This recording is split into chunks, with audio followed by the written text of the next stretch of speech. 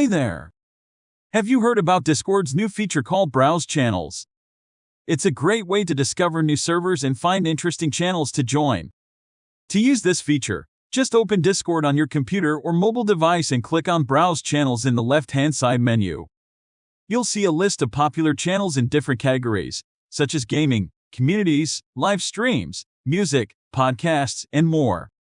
You can easily navigate through the different categories and find specific channels using the search bar.